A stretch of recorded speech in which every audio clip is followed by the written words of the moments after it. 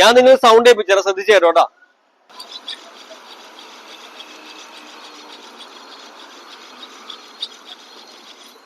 സംഭവം വേറൊന്നുമല്ല, ഈ നിങ്ങളിപ്പോ കേട്ടാണ് വീൽ ബെയറിംഗ് നോയ്സ് ഇട്ടാ. അപ്പൊ ഇതാണ് വീൽ ബെയറിംഗ്. നമ്മുടെ ഇത്രയും ചെറിയ സാധനത്തിന്മേലാണ് നമ്മുടെ ടയർ വീലൊക്കെ പിടിപ്പിക്കുന്ന ഈ സാധനത്തിന്മേല കേട്ടോ. അപ്പൊ ഇതിന്റെ ബെയറിംഗ് കംപ്ലൈന്റ് നമ്മൾ ഈ സൗണ്ട് കേൾക്കണത്.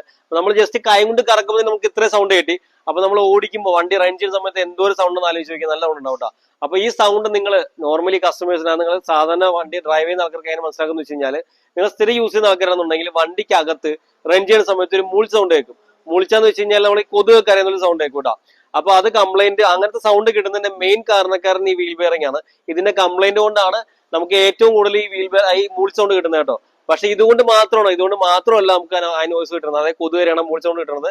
അതുകൊണ്ട് മാത്രമല്ല വേറൊരു പ്രശ്നം കൊണ്ട് വരും. വേറെ ഒന്നല്ല, ഒന്ന് രണ്ട് പ്രശ്നം വരും. ഒന്ന്, നമ്മുടെ അലൈൻമെന്റ് വേരിയേഷൻ ഉണ്ടെങ്കിൽ വരും. അതുപോലെ തന്നെ ടയർ മോശമാണെന്നുണ്ടെങ്കിലും വരും കേട്ടോ. അപ്പൊ മെയിൻ ആയിട്ട് നമ്മൾ ഈ മൂൾ സൗണ്ട് വരുമ്പോൾ ഏറ്റവും കൂടുതൽ ചെക്ക് ചെയ്യേണ്ടത് ഇതാണ്. അപ്പൊ ഇത് ഒരുപാട് പ്രശ്നമായി കഴിഞ്ഞ് കഴിഞ്ഞാൽ ടയർ ഊരിപ്പോള്ള ചാൻസ് വരെ ഉണ്ട്. അതുപോലെ തന്നെ അലൈൻമെന്റ് പ്രശ്നം ഈ വീൽ ബെയറിംഗ് കൊണ്ട് വരാം. കാര്യം ഇതിന് ഇളക്കം വരും, ഇതിന് ഷെയ്ക്ക് വന്നു കഴിഞ്ഞാൽ അലൈൻമെന്റ് വേരിയേഷൻ വരും. അപ്പൊ ടയർ പുതിയതാണെങ്കിൽ വെട്ടിത്തഞ്ഞു കൂട്ടാം, അങ്ങനത്തെ പ്രശ്നങ്ങളുണ്ടാവും.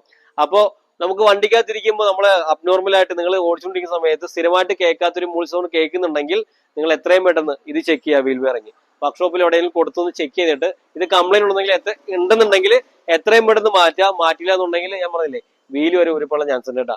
അപ്പൊ നിങ്ങൾക്ക് ഈ മൂൾ സൗണ്ട് എന്തുകൊണ്ടാണ് വരുന്നത് മനസ്സിലാവണമെന്ന് വിചാരിക്കണം. മനസ്സിലായിട്ടില്ല എന്നുണ്ടെങ്കിൽ അടിയിൽ കമന്റ് ഇട്ടോ, ഞാൻ പറഞ്ഞുതരാം.